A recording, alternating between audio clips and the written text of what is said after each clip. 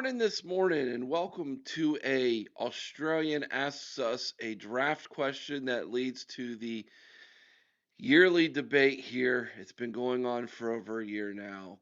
Kyle McCord versus Will Howard edition of the OHIO podcast. Do us a big favor if you don't mind.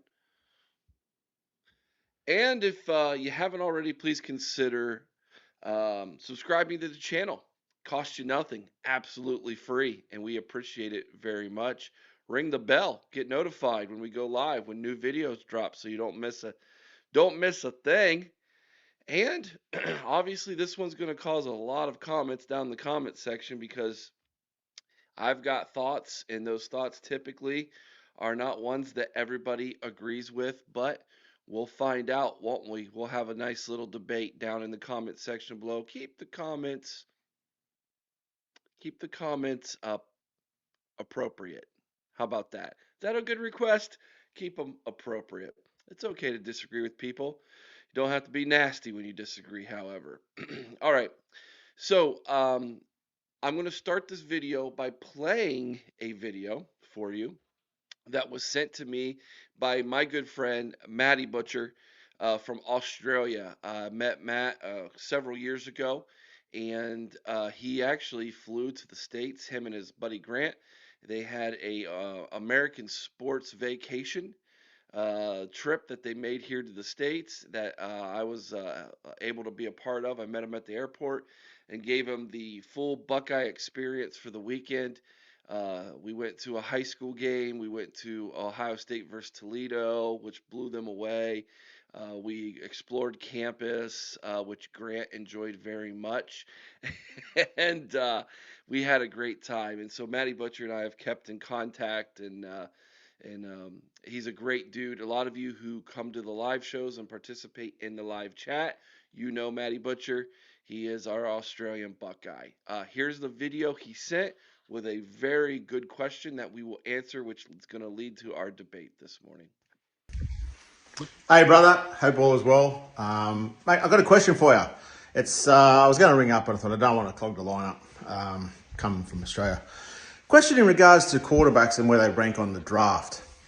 Now, you have a bloke, prime example, like Will Howard, takes Ohio State all the way to win the national championship.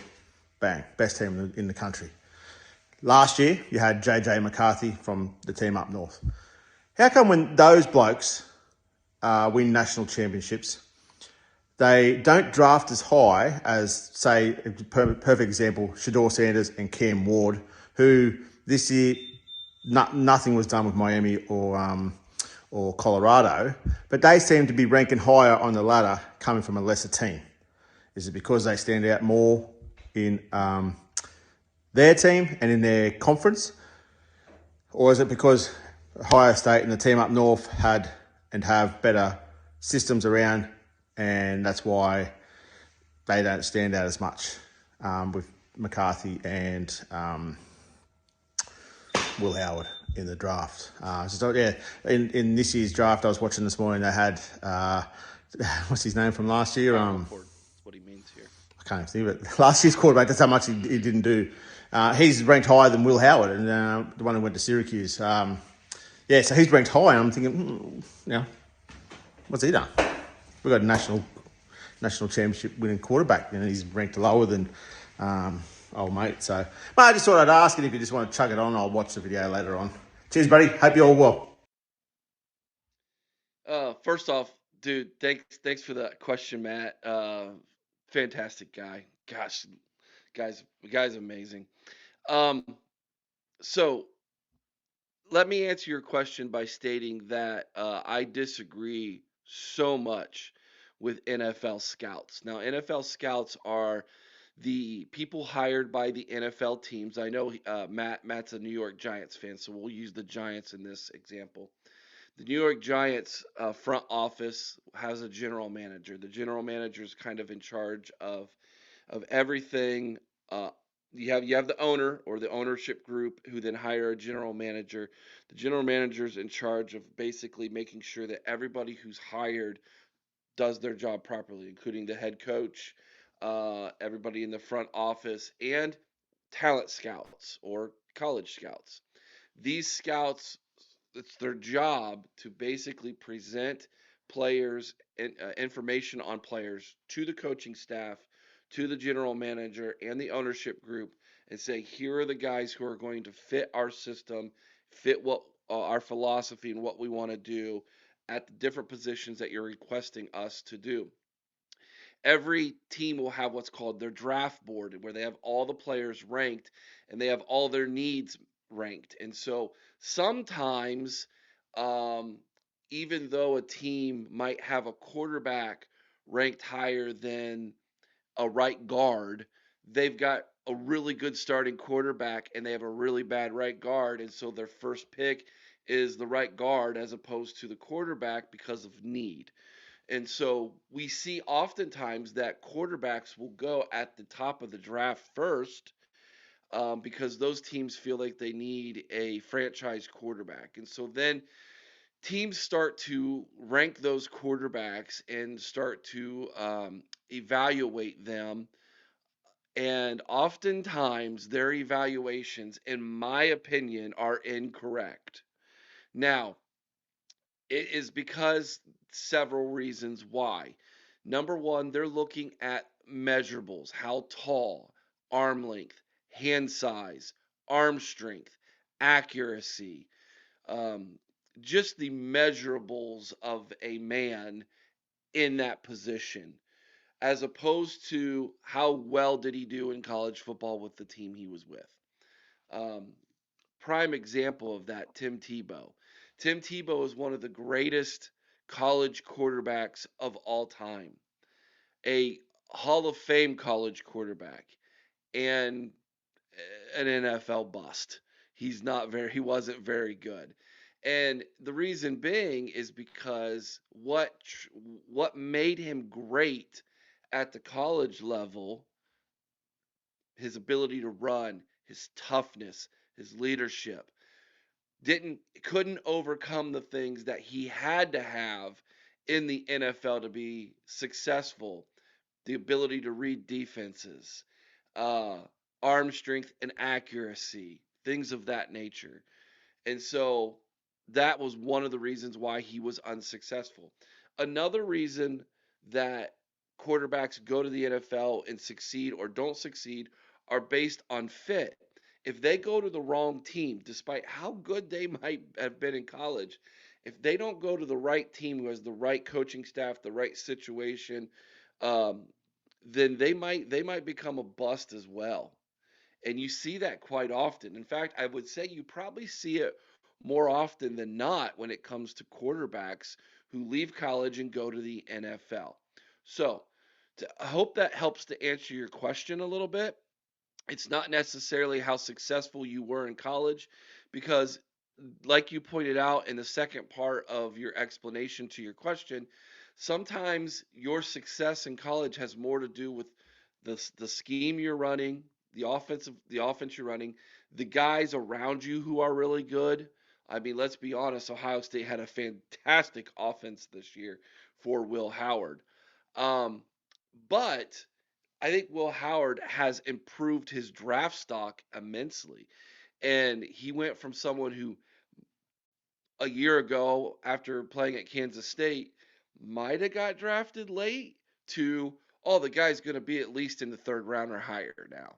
And I think the NFL scouts definitely are evaluating him, which is why Will Howard, in his pro day, as well as the scouting combine, which are two things he can do, along with he can go to each team individually at their facility and work out for them too.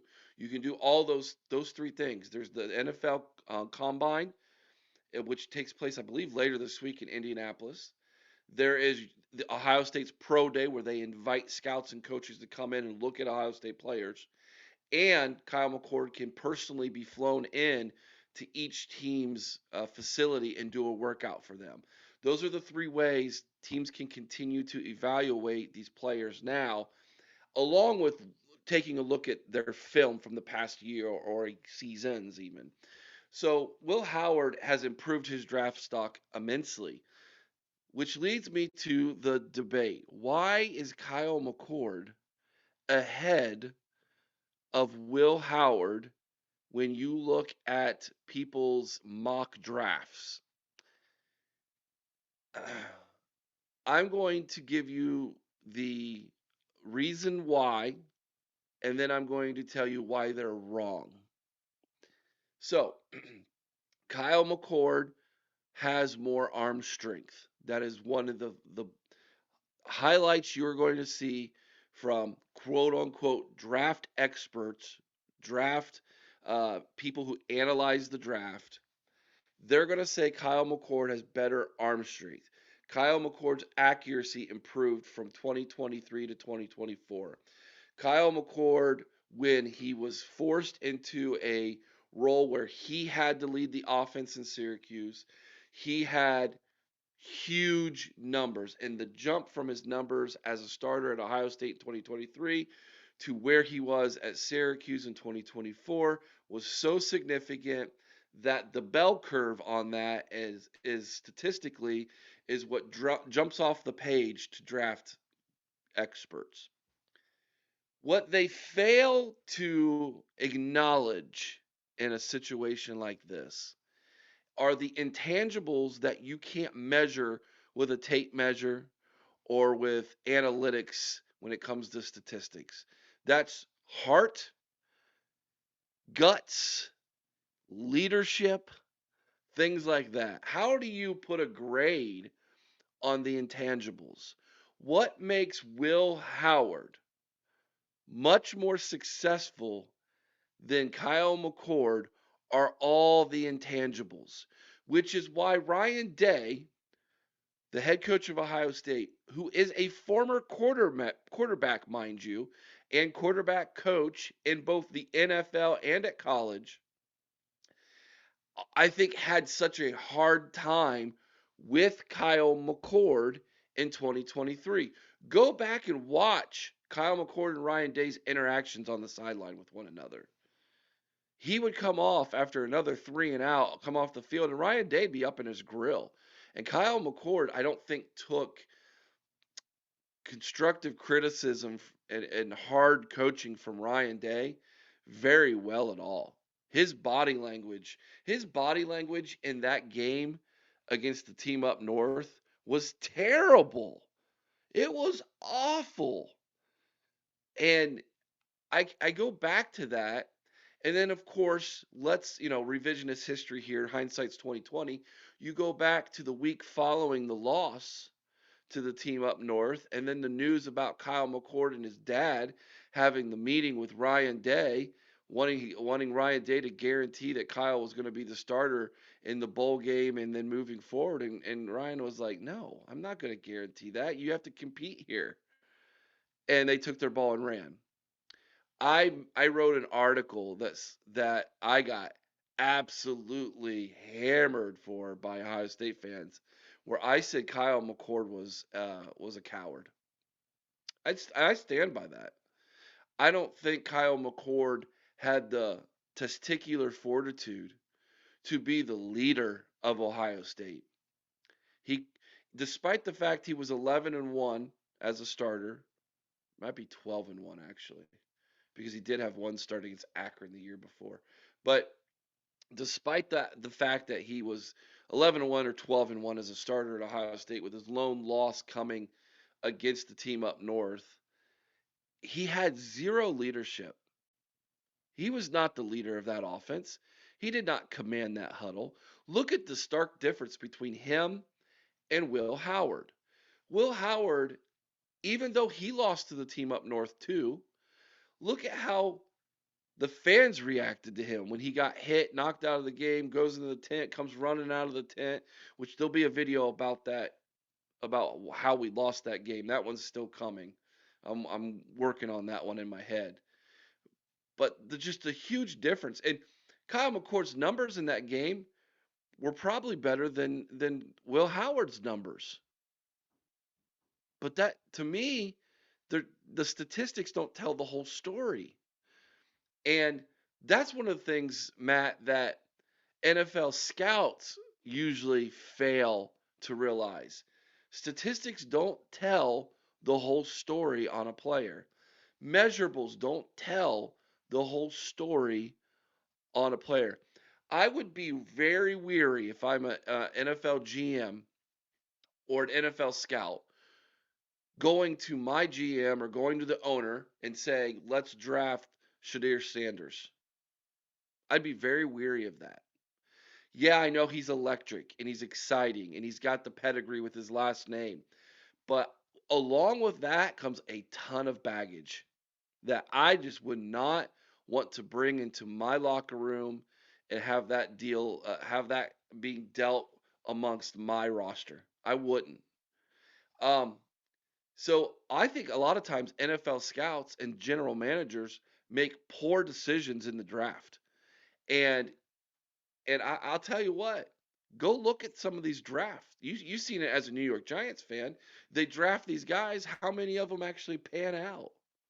You know, um, I've often thought that if a general manager of an NFL team was smart, he would hire college guys, people like people like you know Josh Pate or college analyst guys, and a bunch of people like me to basically come up with their draft lists for them instead of hiring NFL scouts. Because in all seriousness, I'm here to tell you, I can't tell you how many times I've been like the Bengals, is a team I would follow. They should draft this guy, not that guy, and I'm right 9 times out of 10.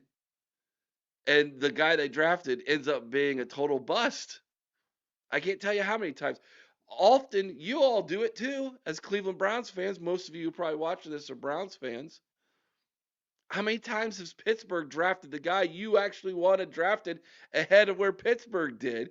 That guy pans out. The guy you drafted for Cleveland's a complete bust. Like, what are these guys thinking? They get stuck into believing their own lies about certain players and putting them in their perceived value ahead of what their eyeballs actually tell them on Saturdays if they would watch the games. And it frustrates me to no end. So that's a great question, Matt. That's a tremendous question. I'm glad you asked it. I hope this answers your question. But in closing, let me let me go back to the Howard versus McCord debate. Now, have I been wrong before? You betcha. I've been wrong before. I'll be wrong again today, and I'll be wrong again tomorrow about things. But that's when you put yourself out there with opinions and hot takes. You're not gonna bat 1,000. I understand that, but let me say this when it comes to Will Howard versus Kyle McCord. I believe Will Howard will go to the NFL and have a 8 to 10 year career as a successful backup in the NFL. Do I think Will Howard has the ability to become a starter? Sure, in the right situation. But I think Will Howard's his lane is going to be a career backup in the NFL because he brings the intangibles you want. He's a film guy. He's got a great attitude. He's not going to disrupt your locker room. He's going to be a supporter of the starter. And if something bad happens to your starter and gets knocked out, Will Howard is more than capable of coming into a game and leading a team and commanding a huddle in such a way to where he can manage the game for you and not kill you. Kyle McCord is going to be a bust. That is my prediction. Kyle McCord, unless he gets drafted by the right team and gets to sit and develop and mature as a quarterback, I believe Kyle McCord is going to go in the NFL and flame out pretty quickly. I don't know that he'll get to a second contract, and if he does, that second contract will be nothing more than a backup. Where I believe Will Howard, like I said, can have a sustained 8 to 10 year career. I think Kyle McCord is going to be about half that. They're going to fall in love with his measurables: arm strength, accuracy, hand size, His dad was a quarterback, et cetera, et cetera, et cetera. The statistics he had at Syracuse, which, by the way, was a pass first offense who trailed a lot, so they had to throw. But Kyle McCord is also a very flawed quarterback because he doesn't have any leadership skills, in my opinion. He doesn't have the guts, the charisma, which Will Howard has all of those things in spades, mind you. And Kyle McCord, in my opinion, uh, is going to be a guy who's kind of going to, especially with his daddy, kind of a diva, kind of a diva, and that's not gonna fly in an NFL locker room, dude, with a bunch of Brahma bulls and alpha dogs. It's just not. I think he flames out pretty quickly.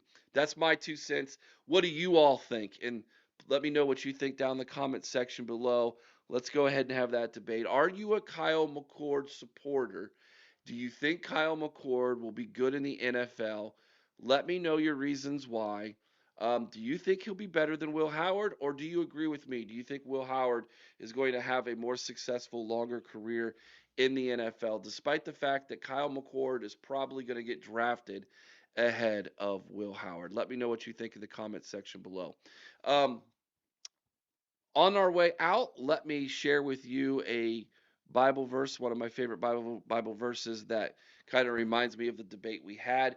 Proverbs 2:6, for the Lord giveth wisdom, out of his mouth cometh knowledge and understanding.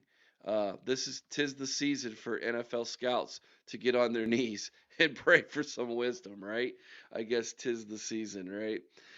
Thank you so much, everybody, for watching. Have a great Monday, everybody. Don't forget, tonight is Dr. Corey's show, Little Buckeye Therapy at 8:30 live. Make sure you ring the bell so you get notified you don't miss the show. He's got a great topic tonight.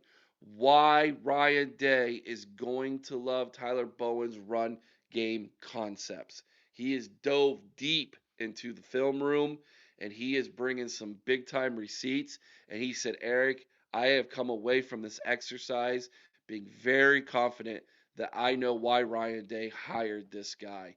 I can't wait to hear what he has to say. Don't miss that live show 8:30 tonight. Have a great Monday, everybody. Be kind to one another. I owe someone's OH and sing Carmen, Ohio with all your heart. Till next time, you know what to do. Go Bucks.